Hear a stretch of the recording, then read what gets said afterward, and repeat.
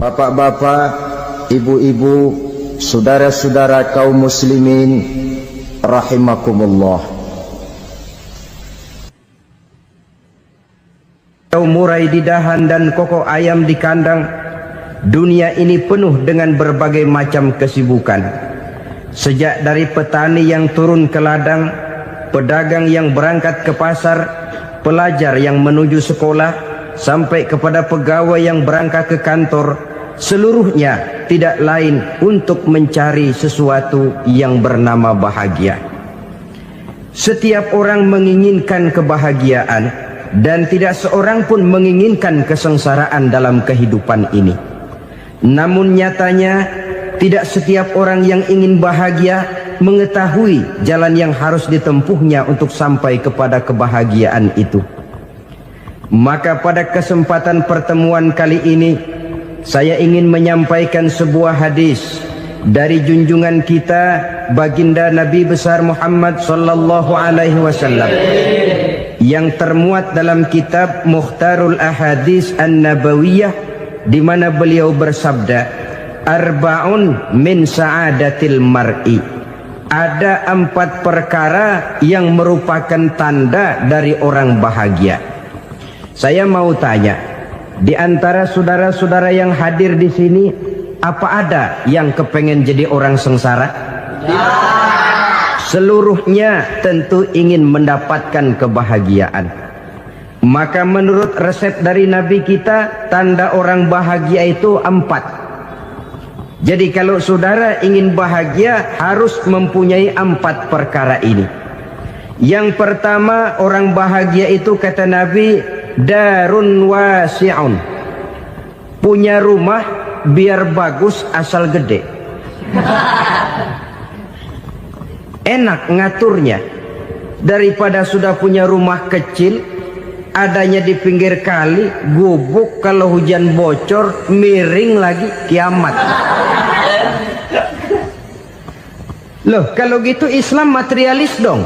Hadis ini boleh diartikan dengan makna hakiki, arti yang sebenarnya. Boleh diartikan dengan makna majazi, arti kiasan. Kalau dia diartikan dengan arti kias, maka yang dimaksud darun wasi'un ay qalbun wasi'un. Rumah yang luas tidak lain daripada hati yang lapang. Karena di situ kunci kebahagiaan yang sebenarnya. Walaupun kita cuma tinggal di petak berukuran 2 kali 3 meter, kalau hati kita luas-luas rasanya rumah itu. Tapi biar rumah kita halamannya saja puluhan ribu hektar, ada kolam renangnya, kamar tidurnya tidak lagi terhitung. Kalau hati yang menempati rumah itu sempit, maka akan terasa sempit jugalah rumah itu. Tempat bergantungnya tidak lain adalah hati. Marilah kita mencoba melihat berbagai pandangan orang tentang bahagia ini. Ada orang menyangka bahwa bahagia itu kalau dia mendapatkan harta yang sebanyak-banyaknya. Siapa yang banyak harta, dialah raja. Apa yang dia mau, seluruhnya bisa dibeli. Keamanannya, dia bisa menyewa petugas. Seluruh fasilitas untuk menyenangkan kehidupannya bisa dibeli. Pendeknya, hartalah segala-galanya dalam kehidupan. Sampai ada pepatah mengatakan, innad darahima fil amakini kulliha taksur rijala mahabatan wa jalala. Sesungguhnya harta, dinar, dirham, uang di mana-mana selalu bikin hebat orang yang memilikinya. Coba lihat, orang yang punya duit sama yang enggak punya duit, jangan gaya hidupnya, gaya jalannya aja lain. Wahia lisanun liman arada fasahatan, wahia silahun liman arada qitala. Uang adalah senjata yang paling ampuh bagi orang yang mau pergi perang, dan lidah yang paling fasih bagi orang yang mau bicara. Kalau bicara dengan lidah macet, cobalah bicara dengan harta, lancar.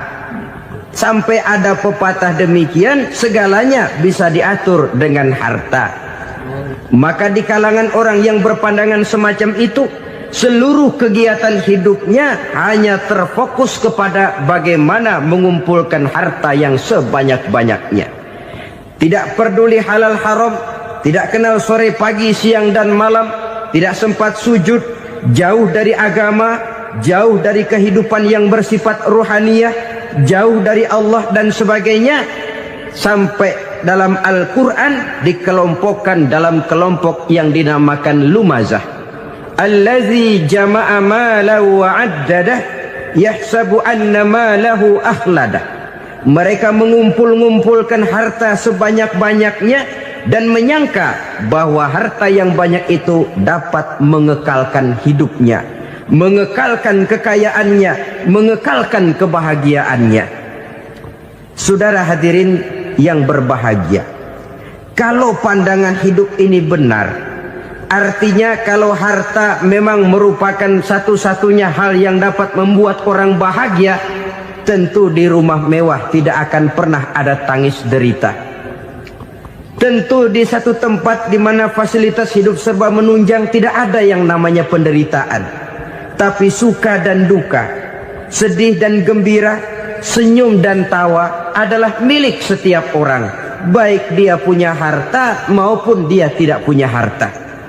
Nyatalah bahwa harta semata-mata bukan merupakan jaminan bahwa orang akan bahagia. Walaupun tanpa harta orang sulit untuk bahagia.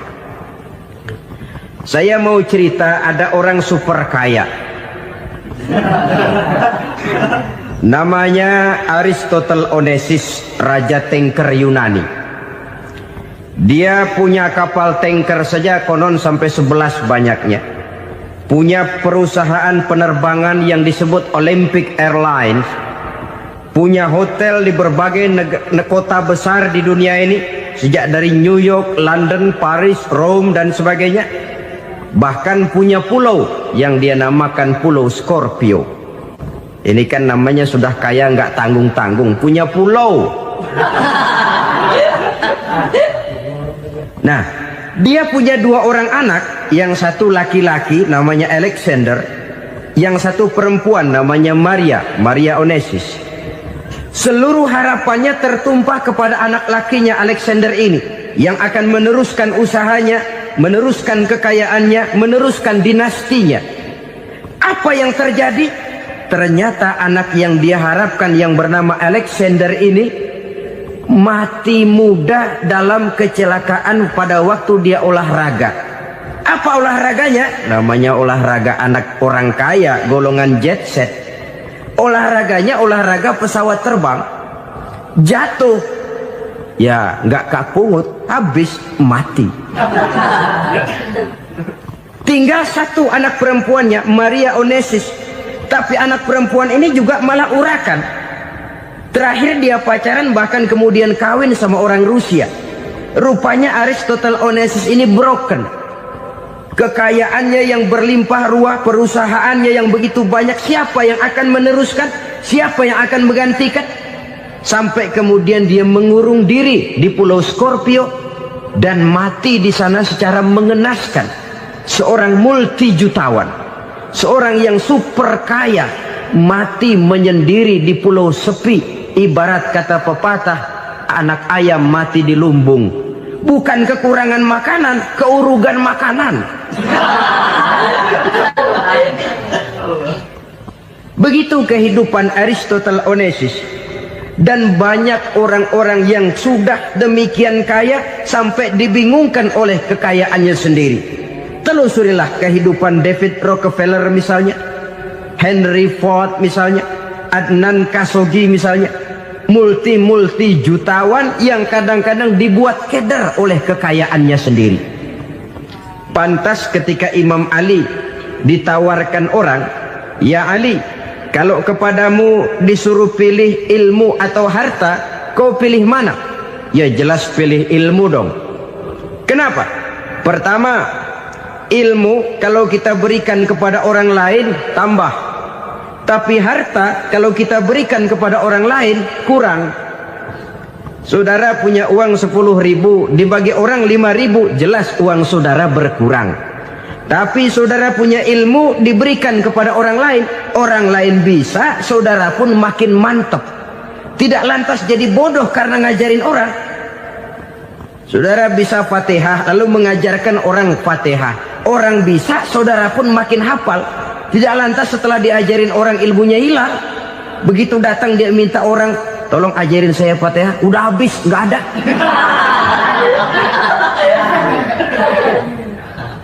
Yang kedua kata Imam Ali, ilmu menjaga kita. Kalau harta kita yang harus jaga.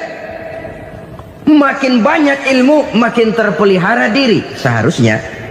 Tetapi makin banyak harta makin bingung kita jaganya. Sampai kadang-kadang kalau perlu seluruh keliling rumah dipasangi alarm. Belum cukup disewakan anjing besar-besar, pasang di depan pintu, awas anjing galak. Masih belum cukup juga, cari centeng tukang-tukang kepruk jaga rumah. Masih terasa belum aman, padahal rumahnya dikelilingi tembok besar. Di balik tembok ada pintu-pintunya tebal. Di balik pintu itu terbuka masuk kamar, kamar pun ada pintunya, pintunya pun kuat. Masuk ke dalam kamar ada lemari, lemarinya pun pintunya kuat, dikunci, kuncinya pun kuat. Tapi terhadap seluruhnya yang timbul cuma sekedar was-was saja. Kesimpulannya sekali lagi, tanpa harta orang memang sulit untuk bahagia. Tapi harta semata-mata tidak merupakan jaminan orang akan bahagia. Dengan hati yang luas, itu modal utama untuk mencapai kebahagiaan hidup.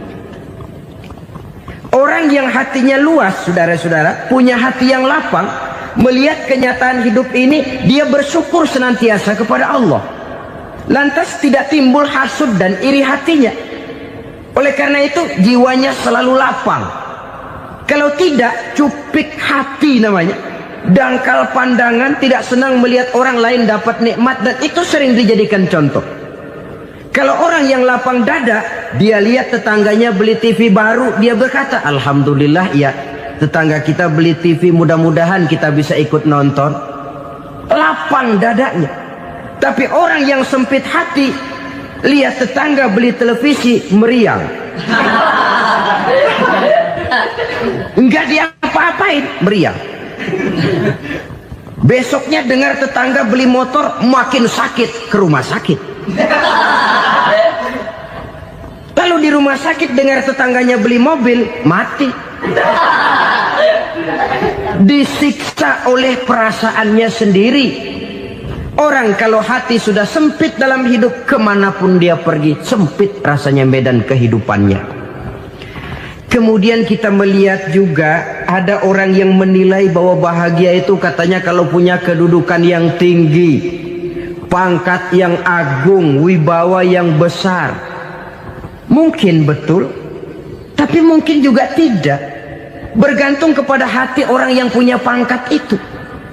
Sama dengan harta tadi. Harta akan membawa bahagia kalau dia jatuh ke tangan orang yang berhati lapang. Tapi harta akan jadi bencana kalau jatuh ke tangan hati orang yang sempit. Pangkat akan membawa bahaya kalau jatuh di tangan hati orang yang sempit. Lebih dari itu, kenyataan mengajarkan kepada kita bahwa ternyata pangkat dan jabatan tidak selamanya memberikan kebahagiaan dalam kehidupan. Bahkan resikonya kelewat besar. Beberapa bukti kita bisa ambil dari para pemimpin dunia yang menjadi korban lantaran pangkat dan jabatan yang disandangnya. Saudara ingat Presiden Abraham Lincoln dan John Kennedy dari Amerika? Dibunuh orang.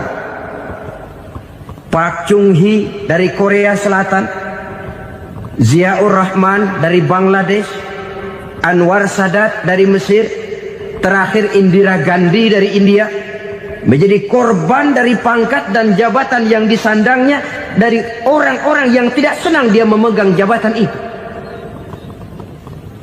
Dia akan mudah mengundang bencana. Sehingga pantas kalau seorang presiden terkemuka Amerika, Harry Truman namanya, dia mengatakan jabatan presiden itu, kata dia, seperti orang nunggang macan, naik macan.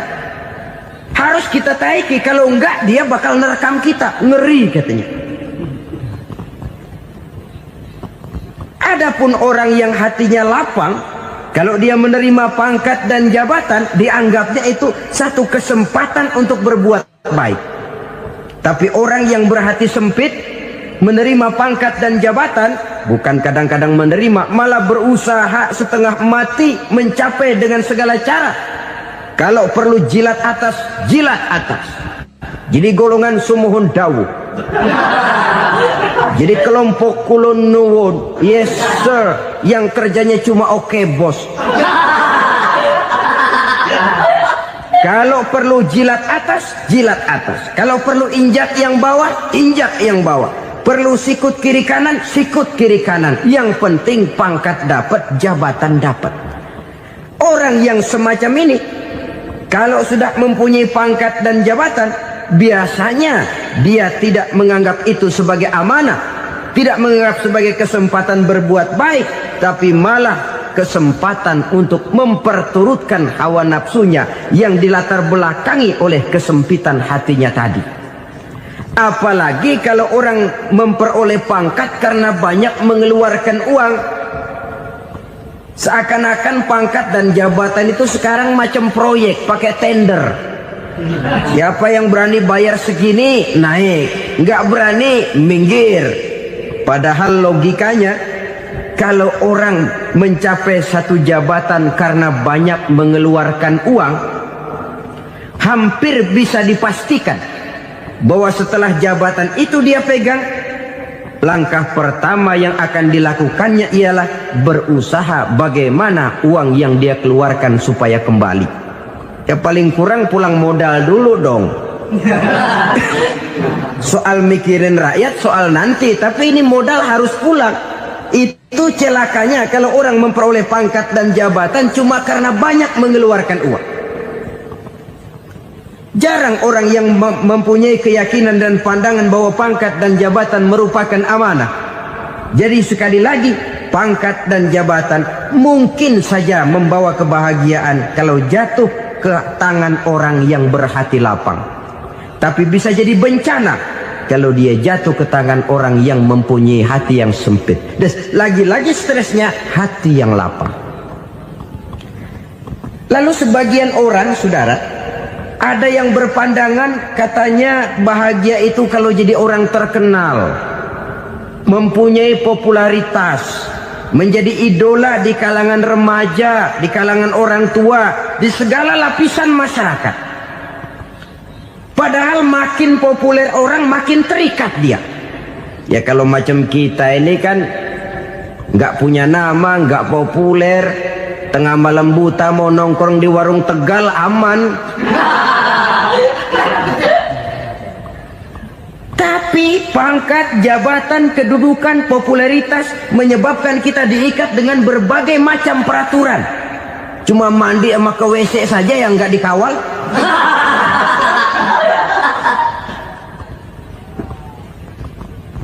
Benarkah popularitas, ketenaran membawa kebahagiaan? Mungkin. Ya, tapi mungkin juga tidak. Kenapa? Banyak orang-orang populer yang mengakhiri hidupnya secara tragis. Kita ambil beberapa nama. Di Amerika tahun 60-an ada bintang seksi paling terkenal yang dijuluki sex bomb. Bom seks. Sampai sekarang jadi legenda, namanya Marilyn Monroe. Singkatan dobelnya itu inisialnya MM, Marilyn Monroe. Terkenal, top, sampai dia mati tahun 62. Namanya sekarang masih saja dibicarakan orang. Kenapa dia bunuh diri? Tidak punya hartakah dia? Banyak. Kurang populerkah dia? Seluruh dunia mengenalnya. Sejak rakyat kecil sampai pejabat tinggi dia punya hubungan. Kenapa? Jenuh. Dia terlahir dalam keadaan yatim.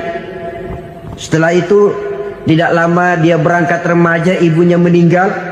Pindah dari wanita asuh ke wanita asuh sampai 12 orang ibu angkatnya. Dan kekecewaan yang paling parah, setiap laki-laki yang dekat dengannya hanya seperti kapal berlabuh, datang dan pergi silih berganti. Padahal dia merindukan seseorang yang bisa melindungi hidupnya. Dia rindukan itu dan dia tidak pernah menemukan. Itu yang akhirnya menyebabkan dia minum pil tidur kelewat dosis, minum obat tidur kebanyakan, ya tidur terus sampai sekarang.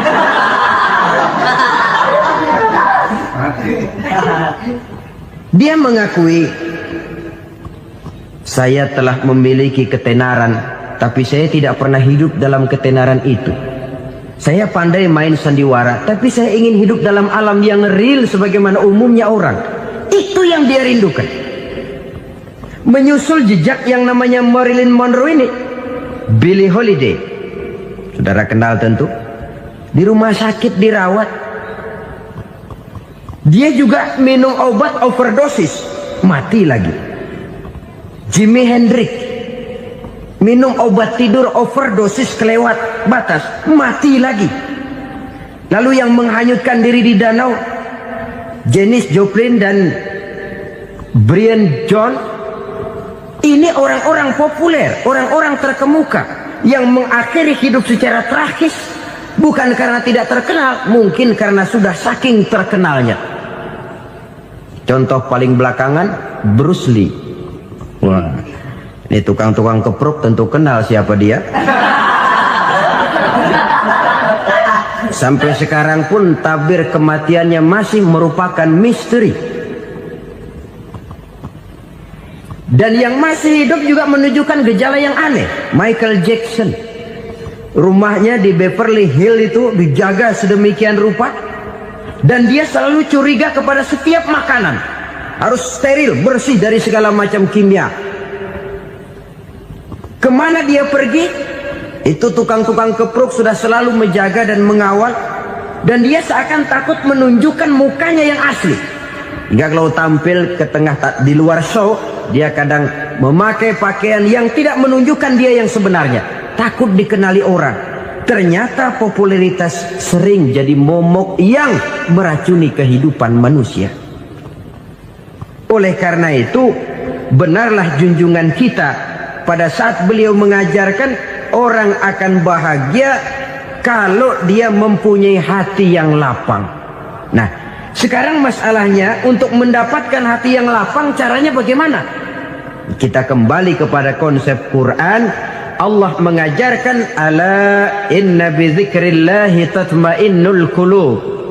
Ketahuilah bahwa dengan banyak mengingat Allah, hati akan tenang, jiwa akan lapang. Dengan kata lain, dekat dengan agama, merasakan kehadiran Allah dekat dalam hidup. Itu muara pertama untuk mencapai hati yang lapang. Ala inna bi dzikrillahi tatmainnul qulub. Jangan macam orang sekarang ingin mendapatkan ketenangan lalu tapak di puncak gunung, di gua-gua, di tempat sepi. Iyalah kalau nggak ada ular. Kalau tergigit ular berbisa, ketenangan belum, mati jelas itu. Islam positif untuk mendapatkan ketenangan. Ala inna bi dzikrillahi tatmainnul qulubi.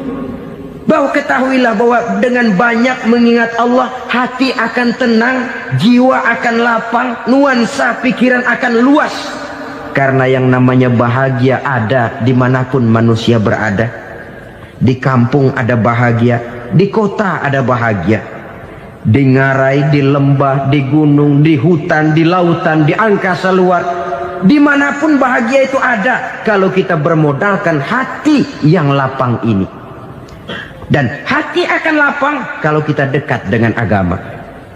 Dekat dengan harta buat sementara hati mungkin tenang, tapi ketenangan yang relatif dan temporer.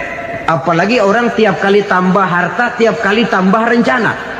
Itu wajar. Mungkin sebelumnya saudara berpikir, kalau punya duit 5.000 enak nih. Begitu punya duit 5.000, aduh sayang kalau 10.000 aja. Tiap kali tambah harta, tiap kali lain rencana. Makin banyak rencana, makin menjauhkan kita dari yang namanya ketenangan. Padahal ketenangan merupakan unsur utama untuk mencapai bahagia. Dan ketenangan itu bermuara dalam hati manusia. Tengoklah kehidupan ini. Orang yang banyak harta dengan orang miskin, berbedakah rasa sakit yang mereka tanggungkan? Rasanya tidak. Walaupun si kaya tidur di kasur empuk berselimutkan sutra mahal, sementara si miskin meringkuk di balai bambu yang keras dan kasar. Apabila maut datang, dia juga tidak pernah pilih bulu. Maut datang menjemput si kaya di singgasana keemasannya, dikelilingi oleh para pengasuh, dayang dan idang serta para pengawal. Dan maut pun datang menjemput si miskin papa, sehingga ia tergelepar di tepian jalan. Kedua-duanya bernama mati. Kalau nyata bahwa sakit yang ditanggung si kaya tidak beda dengan sakit yang ditanggung si miskin, bukan harta semata yang membuat orang bahagia. Hati yang tenang, jiwa yang lapang penuh kedamaian, karena banyak berzikir dan mengingat Allah, itu merupakan modal utama untuk mencapai sesuatu yang bernama bahagia.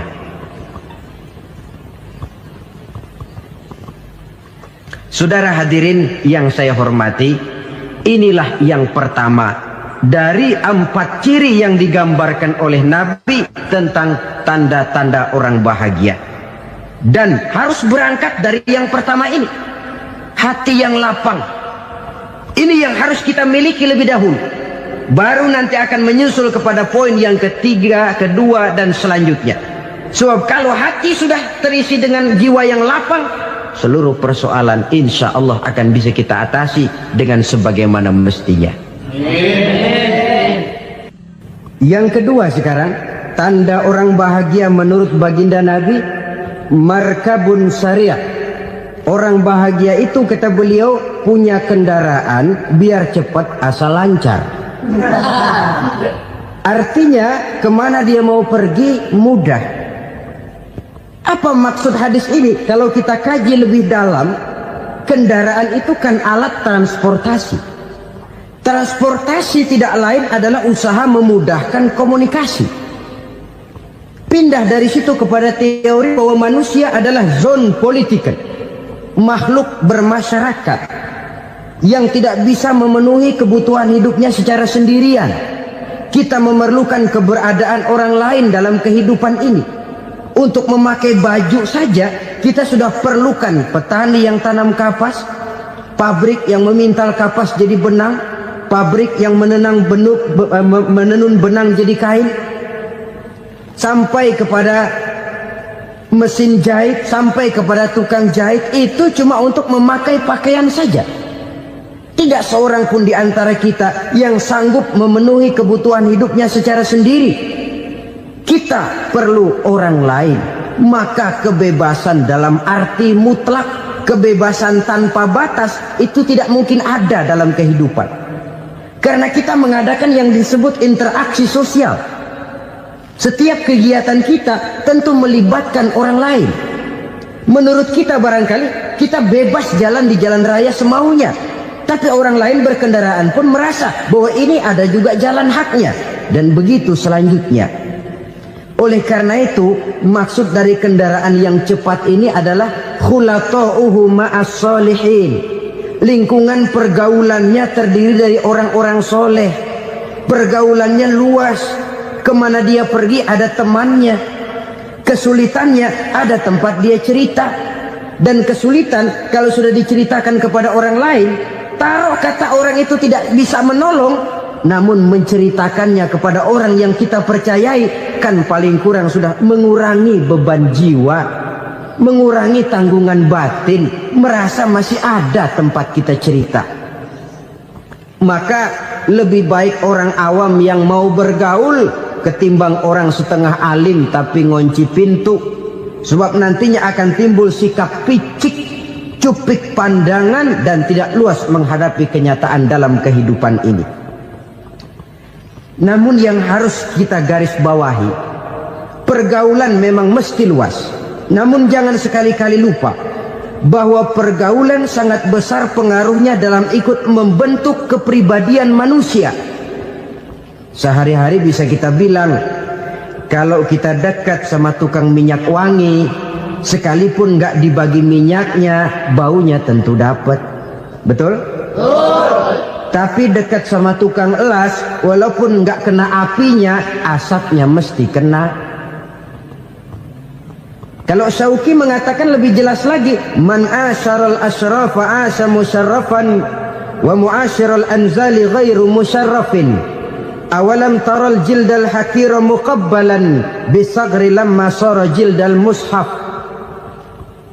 Siapa yang bergaul dengan orang mulia, dia bakal ikut menjadi mulia.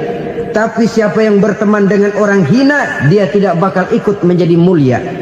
Tidakkah kau lihat, kata Syauqi, kulit kambing yang hina pun dicium orang ketika menjadi kantong Quran.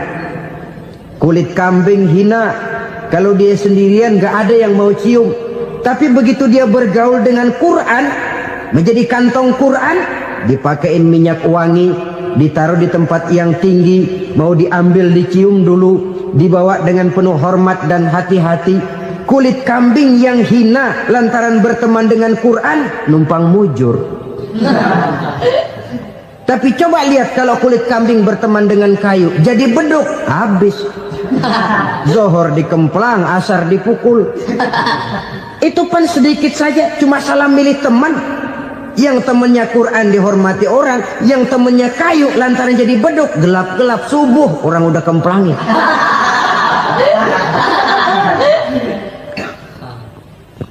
Maka terutama kepada adik-adik remaja yang masih mencari identitas diri, yang ibarat kaset masih kaset kosong, mudah diisi oleh apapun, pandai-pandailah memilih teman dalam bergaul. Karena banyak orang yang tadinya baik-baik, ketika terseret dalam pergaulan dengan orang yang tidak baik, kebaikannya menjadi lentur dan luntur.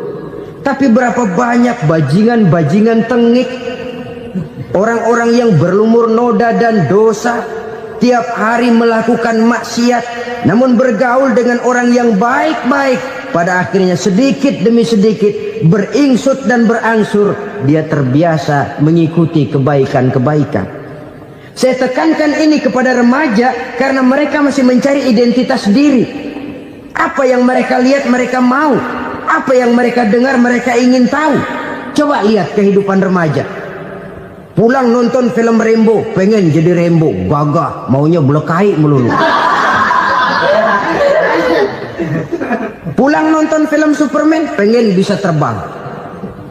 Pulang nonton India, nyanyi melulu. Wajar, mereka masih mencari identitas diri. Saya ini sebenarnya siapa? Lingkungan, pergaulan akan membentuk itu. Karena itu pandai-pandailah bergaul, karena ia sangat besar pengaruhnya dalam ikut membentuk kepribadian manusia. Apalagi sifat yang jelek lebih cepat menularnya ketimbang sifat yang baik. Sifat yang baik, watak yang soleh itu lambat sekali untuk menular. Tapi yang tidak baik, kan prosesnya mah kalau remaja biasanya mula-mula dengar. Karena dengar lalu pengen tahu. Karena pengen tahu lalu ngeliatin. Begitu ngeliatin kan pengen nyobain. Setelah nyobain ketagihan. Nah ini prosesnya. Yang namanya ganja, morfin, narkotik, awalnya kan begitu. Mula-mula dengar, katanya kalau sudah fly to the sky, sudah melayang ke langit, katanya disitulah puncak kebahagiaan. Mulanya cuma dengar. Karena dengar pengen tahu. Karena pengen tahu lalu ngeliat, kumpul sama orang yang suka ngeganja. Setelah ngeliat, nah pengen ngerasain. Begitu ngerasain enak juga, ketagihan. Kalau sudah ketagihan jadi penyakit kronis, bisa merembet kepada yang lain. Iya kalau orang tuanya mampu untuk beli morfin, beli ganja. Kalau tidak kan pikirannya ngayap, jemuran siapa ya gue sahabat. Timbullah perbuatan-perbuatan negatif yang bermula dari salah pergaulan. Apalagi buat adik-adik remaja yang tinggal di kota-kota besar, yang pengaruh budaya, pengaruh kesenian, pengaruh struktur kehidupan yang nampak makin individualistis, di mana persaingan tajam, tensi ekonomi tinggi, orang mudah mengalami stres. Pandai-pandailah dalam bergaul, sekali lagi, karena ia sangat besar pengaruhnya dalam ikut membentuk kepribadian manusia. Orang bahagia punya kendaraan yang cepat, artinya punya pergaulan yang luas, dan lingkungan pergaulannya terdiri dari orang-orang yang soleh. Kemana dia pergi, ada teman. Kesulitannya, ada tempat dia cerita. Tapi kalau sudah menyendiri, hidup sendiri, kesulitan dipikiri sendiri, bisa mati belum waktunya. Tidak ada tempat berbagi rasa, tidak ada tempat bercerita, tidak ada tempat mengurangi beban dalam kehidupan. Pantas betul kalau Islam sangat menggalakkan dan menganjurkan orang kalau sudah sampai waktunya itu untuk melangsungkan nikah. Kata Nabi, ya ma'syaras syabab man istata'a minkumul ba'at falyatazawwaj. Hai para pemuda, kalau sudah mampu memberi nafkah, kawinlah, nikahlah kamu. Kenapa? Sudah ada teman hidup, tempat berbagi rasa. Kesulitan kalau ada tempat cerita akan lebih ringan ketimbang kita telan sendiri, walaupun bobot kesulitannya sama beratnya. Saudara-saudara kaum muslimin rahimakumullah, inilah ciri yang kedua, punya kendaraan biar cepat asal lancar. Kemana kita mau pergi gampang. Dengan kata lain, setelah hati yang luas, pergaulan yang luas. Dua.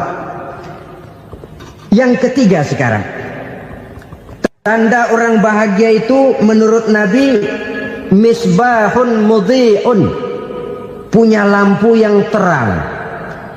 Oh, itu enggak problem. Sekarang sudah zamannya listrik masuk desa, Pak. Lampu sudah terang semua. Betul, kalau itu yang dimaksud. Tapi tidak cuma itu. Karena lampu yang dimaksud di sini, lampu yang akan menerangi seluruh perjalanan hidup. Dan perjalanan hidup itu sudah dimulai sejak kita terlahir ke alam ini, sampai masuk ke alam barzah, kumpul di padang mahsyar, sampai ke akhirat. Lampu yang menerangi itu yang diperlukan. Kalau lampu, katakanlah yang paling top sekarang kan lampu jenis Mercury. Taruhlah itu di rumah kita, dia cuma menerangi rumah kita, menerangi hati pun tidak sanggup. Bila kita masuk ke alam barzah, alam kubur, sanggupkah si Mercury yang begitu terang menerangi alam barzah kita? Tidak sanggup lagi. Sanggupkah lampu yang ratusan watt, bahkan puluhan ribu watt menerangi kehidupan di padang mahsyar? Tidak akan sanggup lagi. Kalau demikian, yang dimaksud lampu yang terang di sini apa? Tidak lain amal soleh, kebajikan yang kita lakukan dalam hidup. Itu yang akan jadi lampu penerang. Di dunia nama kita akan terang. Jasad kita boleh hancur terkubur tanah, tapi nama kita akan dikenang orang. Begitulah kalau orang meninggalkan kebajikan dalam hidup seperti sekarang. Ribuan orang tiap saat berziarah ke kubur Imam Syafi'i, ke kubur Imam Malik, ke kubur Imam Ghazali, ke kubur orang yang baik-baik, orang yang soleh-soleh. Kebajikannya yang ditinggalkan, yang mengukir namanya dengan tinta emas. Sehingga saudara sudah terbaring di alam kubur, orang lewat, Allah, ini kuburannya Fulan bin Fulan, dulu ini kebaikannya Masya Allah, saya ikut merasakan. Mari kita mampir sebentar, kita Fatihah.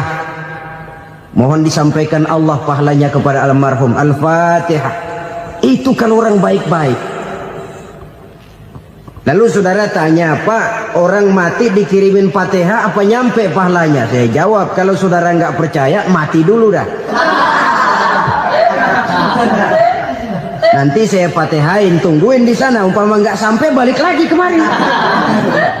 Sekarang ini kan maunya otak-otakan saja. Kalau nggak masuk otak, nggak percaya. Padahal alam gaib itu nggak bisa diotak-otakin.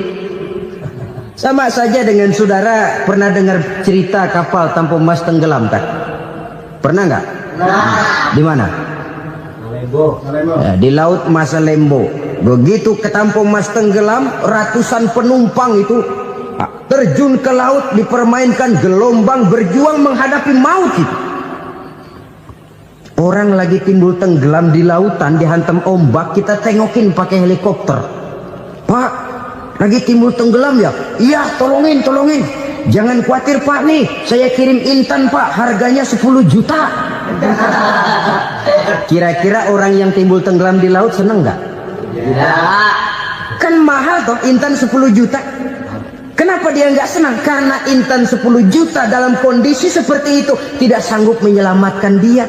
Dia akan girang kalau dikirimin ban mobil bekas, dikirimin papan terentang atau bambu. Intan yang 10 juta dia nggak girang, ban mobil bekas yang 1000 perak tuh pegang, itu yang dia girang betul. Inilah sebabnya Nabi berkata, mal mayyitu fi qabrihi illa kal ghariqil mutaghawwis. Orang yang meninggal di alam kuburnya seperti orang timbul tenggelam di lautan. Yantaziru da'watan min ahli, menunggu doa dari keluarganya yang masih hidup. Duh, bapak saya sudah meninggal, saya sayang benar sama dia. Kirimin kulkas ke kuburannya Itu sama saja dengan tadi orang tenggelam di lautan dikirimi intan yang harganya 10 juta, tidak sampai. Begitulah kalau kebajikan yang kita tinggalkan dalam hidup, sudah mati pun kubur kita masih diziarahi orang. Tapi kalau jahat yang kita tinggalkan, boro-boro lah orang mau doa lewat dekat kuburan kita juga serem. Tuh bajingan dulu mati dipendem di situ tuh. Jangan lewat situ, ntar kesurupan, jangan. Lewat saja orang ngeri. Konon lagi membacakan Fatihah dan mengirimkan doa. Hidup pada hakikatnya adalah kesempatan untuk berbuat baik. Maka sekali kesempatan itu diberikan, manfaatkan dengan sebaiknya. Sebab kesempatan kedua tidak akan pernah ada. Kesempatan berbuat baik di sini, di akhirat sudah pembalasan namanya. Sekali kesempatan itu dicabut, dia tidak akan pernah dikembalikan lagi. Kata Iqbal, hidup tidak mundur ke belakang, Bung. Berhenti diinjak orang, mundur hancur. Tidak ada kata mundur dalam hidup ini. Berhenti diinjak orang, mundur kecebur. Tidak ada kata lain, harus maju dalam kehidupan dalam artian yang positif. Hidup adalah kesempatan untuk mengumpulkan kebajikan yang sebanyak-banyaknya. Di situ nilai daripada manusia. Sekarang ini memang nggak kelihatan kok, orang yang banyak pahala sama yang banyak dosa nggak kelihatan kok. Barangkali kalau habis bikin dosa palanya pada benjol, mungkin orang takut sama dosa. Tapi sekarang sama saja, orang yang banyak dosa dengan yang nggak banyak dosa jalan bareng dari belakang, sama, nggak kelihatan beda. Tapi ada waktunya di mana pahala memegang peranan, di mana dosa diperlihatkan. Sama saja kalau kita bawa mobil siang, lampu kan nggak begitu berfungsi. Apa lalu bilang, alah ini lampu berat-beratin, copot-copotin aja dah. Tidak perlu begitu. Kenapa? Pada suatu saat malam senja akan datang. Bila matahari terbenam, senja pun datang, gelap mulai merayap, disitulah baru terasa perlunya lampu. Pahala begitu. Sekarang orang yang nggak ada pahalanya nggak kelihatan dalam kehidupan. Tapi pada suatu saat senja kehidupan akan datang. Ajal merenggut nyawa, malam merayap, dan hidup mulai diliputi kegelapan di alam barzah. Dikala itu kalau nggak punya lampu, alangkah malangnya kita. Sebab amal yang baik, kata Nabi, di alam barzah itu akan diciptakan menjadi perempuan yang cantik menemani kita. Amal yang jahat akan menjadi orang yang paling jelek nemenin kita. Sudah di tempat gelap yang nemenin jelek.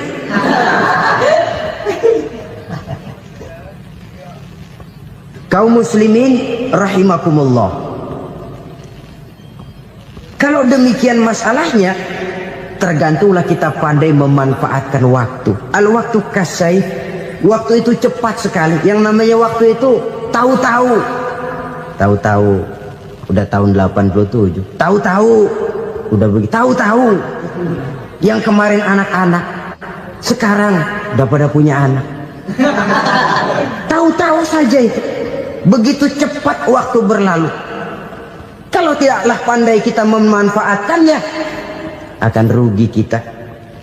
Nabi bersabda, "Man kana yaumuhu khairun min amsihi fahuwa rabih."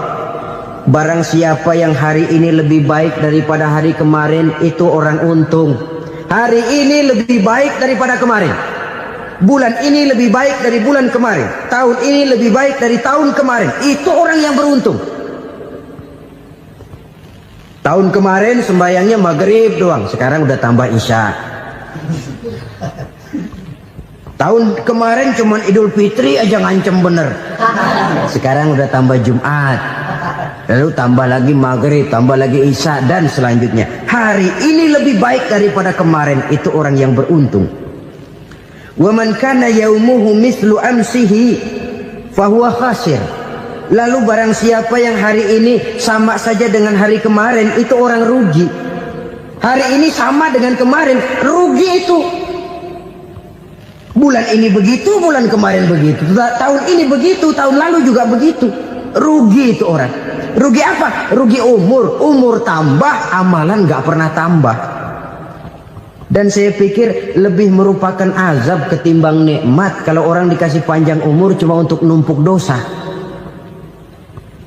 Mending mana? Panjang umur banyak dosa sama pendek umur dikit dosa? Mending mana? Mending mana? Ya, paling mending tentu panjang umur banyak pahala.